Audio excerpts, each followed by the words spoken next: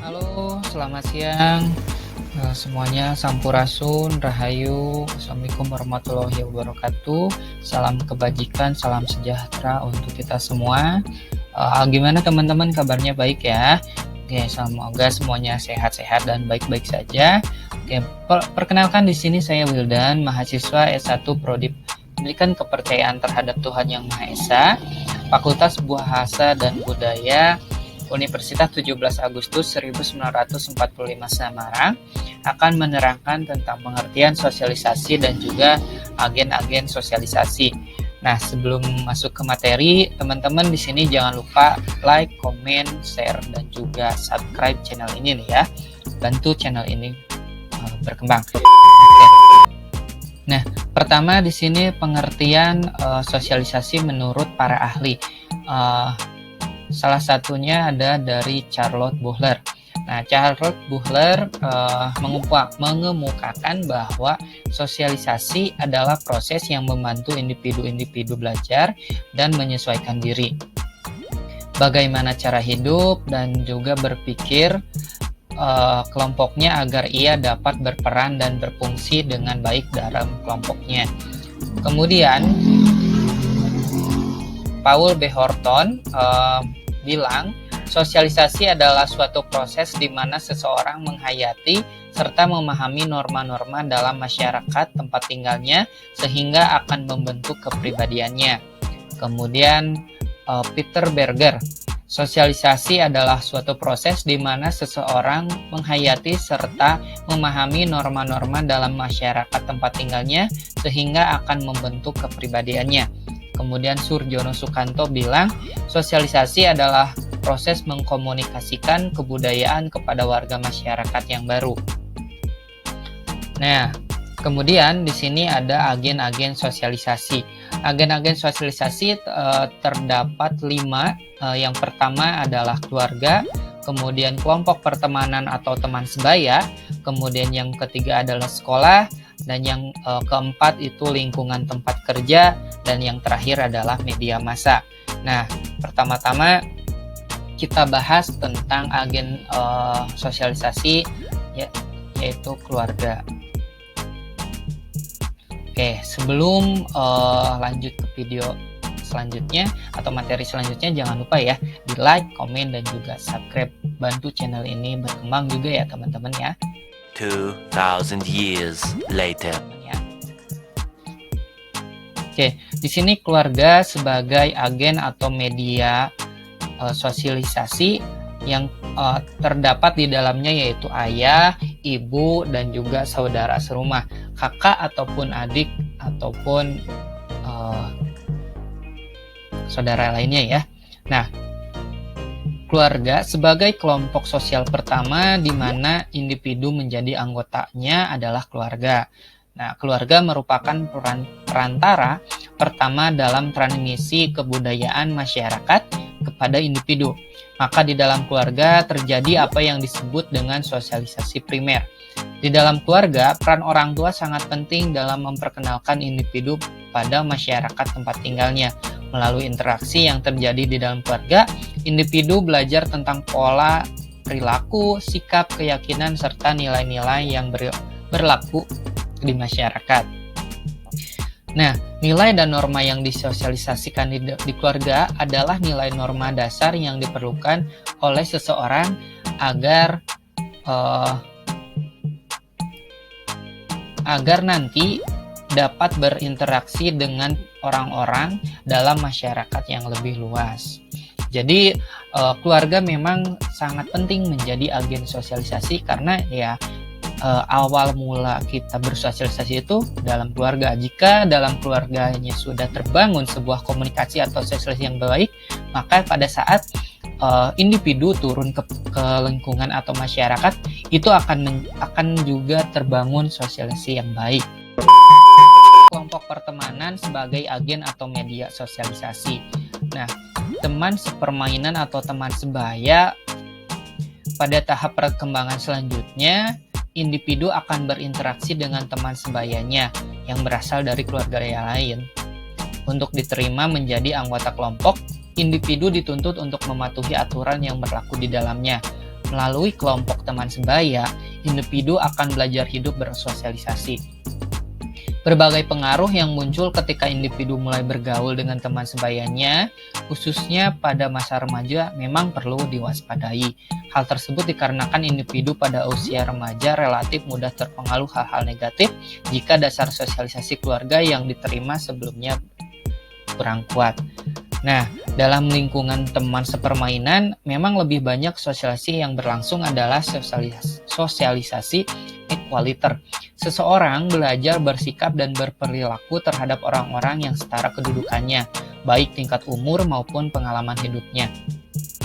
Melalui lingkungan teman sepermainan, seseorang mempelajari nilai-nilai dan norma-norma interaksinya dengan orang lain yang bukan anggota keluarganya. Disinilah seseorang belajar mengenai berbagai keterampilan sosial, seperti kerjasama, mengelola konflik, jiwa sosial, kerelaan untuk berkorban, solidaritas, bahkan kemampuan untuk mengalah dan keadilan. Nah, dalam kelompok pertemanan ini bisa termasuk ke dalam lingkungan komunitas atau organisasi. Nah, disitulah remaja akan bertemu dengan orang-orang baru yang sebaya, tapi tetap mengedepankan nilai-nilai norma.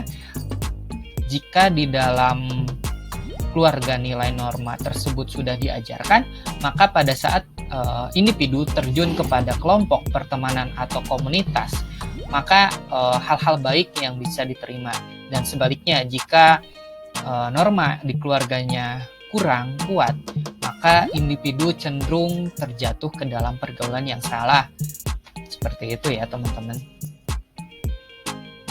Nah, sekolah juga sangat berpengaruh loh teman-teman, karena kan sekolah adalah lembaga yang melaksanakan sistem pendidikan normal.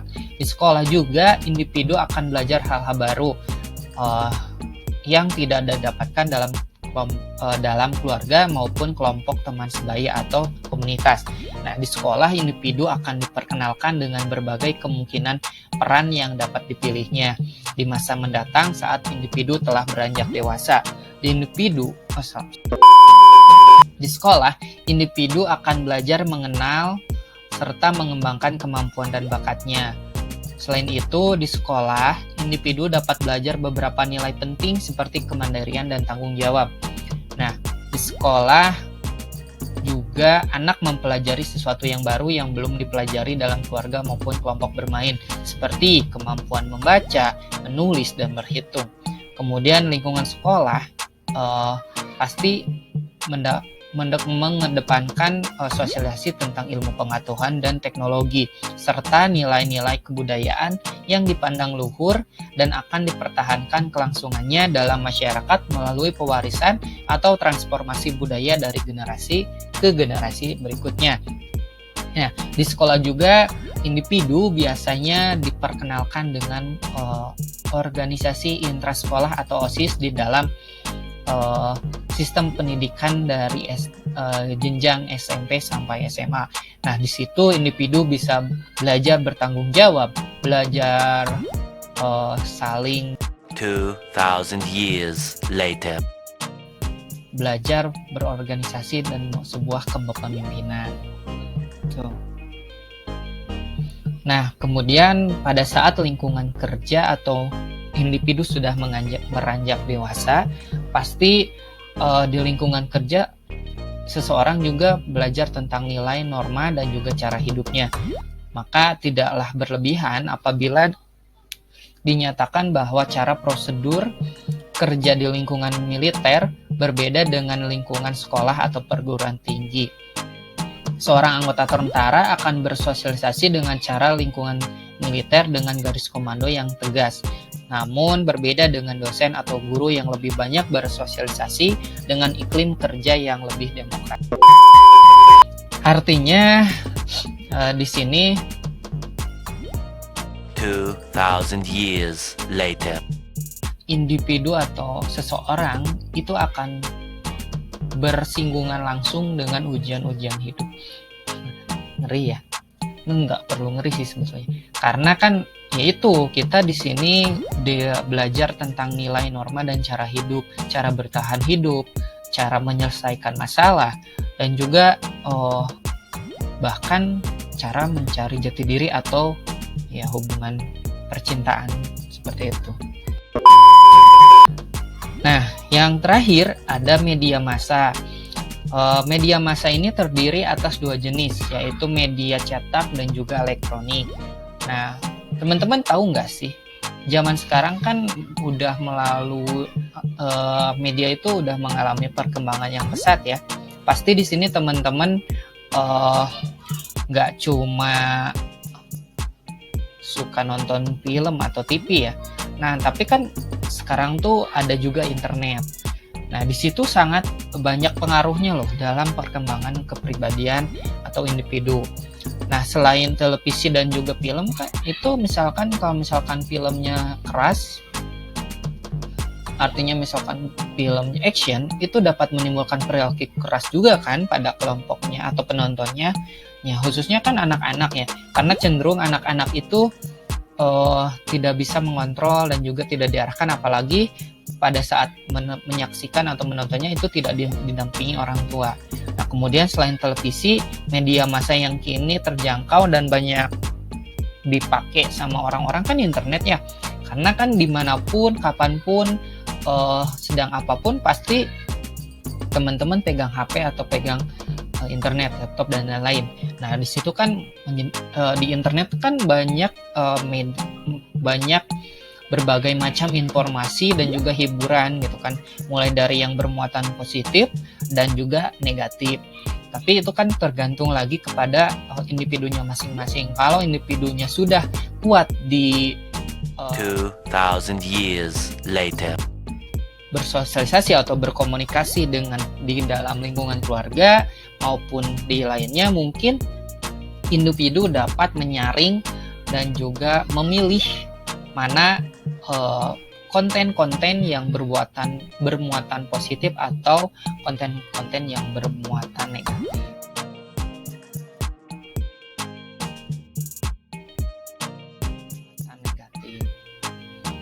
Nah, di sini juga ada faktor penghambat sosialisasi, yaitu kemampuan berbahasa, cara bergaul, kehidupan masyarakat yang terisolir, kesulitan dalam melakukan komunikasi, dan juga hambatan alam. Nah, faktor penghambat kemampuan berbahasa yang memiliki artian bahwa kemampuan berbahasa yang ada di dalam bidang sosialisasi sangatlah utama.